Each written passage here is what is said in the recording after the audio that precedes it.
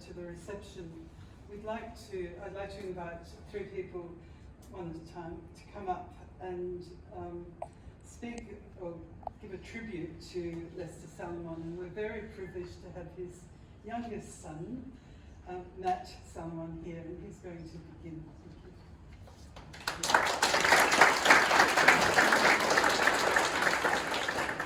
Thank you very much. I'm going to do a little bragging about my dad. I hope that's okay. First, I want to recognize Allison Schnabel. She is a past recipient of the Emerging Scholars Award, right, 2016. And I met her at the reception, and she told me that the award was a transformative event for her and her career. But I also think it worked the other way as well. Because I'm told that she is an absolutely brilliant researcher, and I think that shows that ISTR made a very good choice for her as well. So it kind of works both ways. So I want to start by expressing my thanks to the members of ISTR, particularly to Margie Daniels, the bedrock of this organization. I also would like to thank a person that my dad once called the Secretary of State of the nonprofit sector, and I'm talking about Benjamin Gidroin, for helping to develop this incredible tribute series at the conference for my dad, Dr. Lester Salamon. I would also like to thank all the speakers and participants in the tribute series, both those who recently worked with my dad, as well as longtime friends and associates, many of whom knew me when I was a high school kid, and I had a lot more here and a lot less here. That was a long time.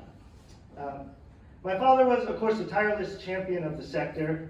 He was constantly working to not only reveal its characteristics, but to also actively promote its growth. He saw it as a key component of our lives and the answer to many of the problems that plague society. He was passionate to a fault.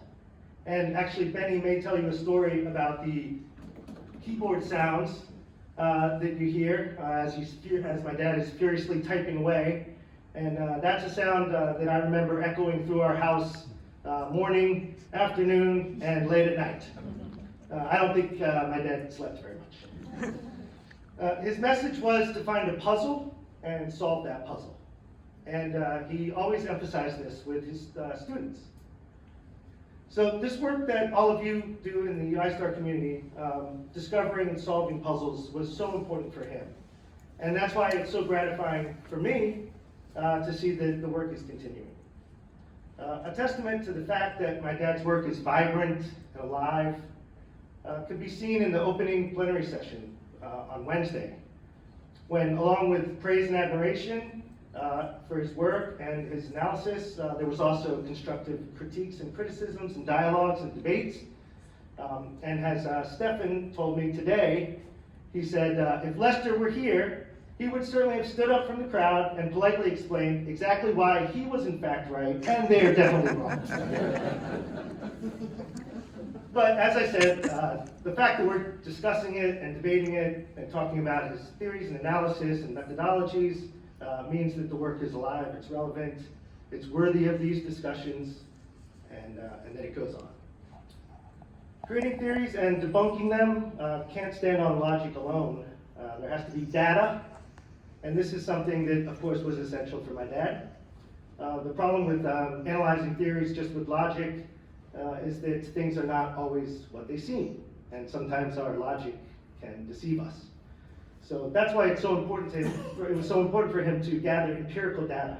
But he didn't do this alone. Of course, he had wonderful associates, many of whom are here right now. In the case of the Johns Hopkins Comparative Nonprofit Project, which was one of the biggest and widest reaching studies in the history of social sciences, he led the enlistment of some 200 international associate researchers in over 40 countries.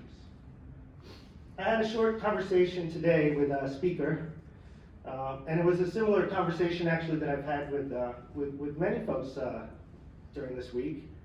And he said that my dad was sort of like a safari guide. So you go on a safari and you're looking for the animals, but you can't see them because there's tall grass. and it obscures your view of the animals that you came to see.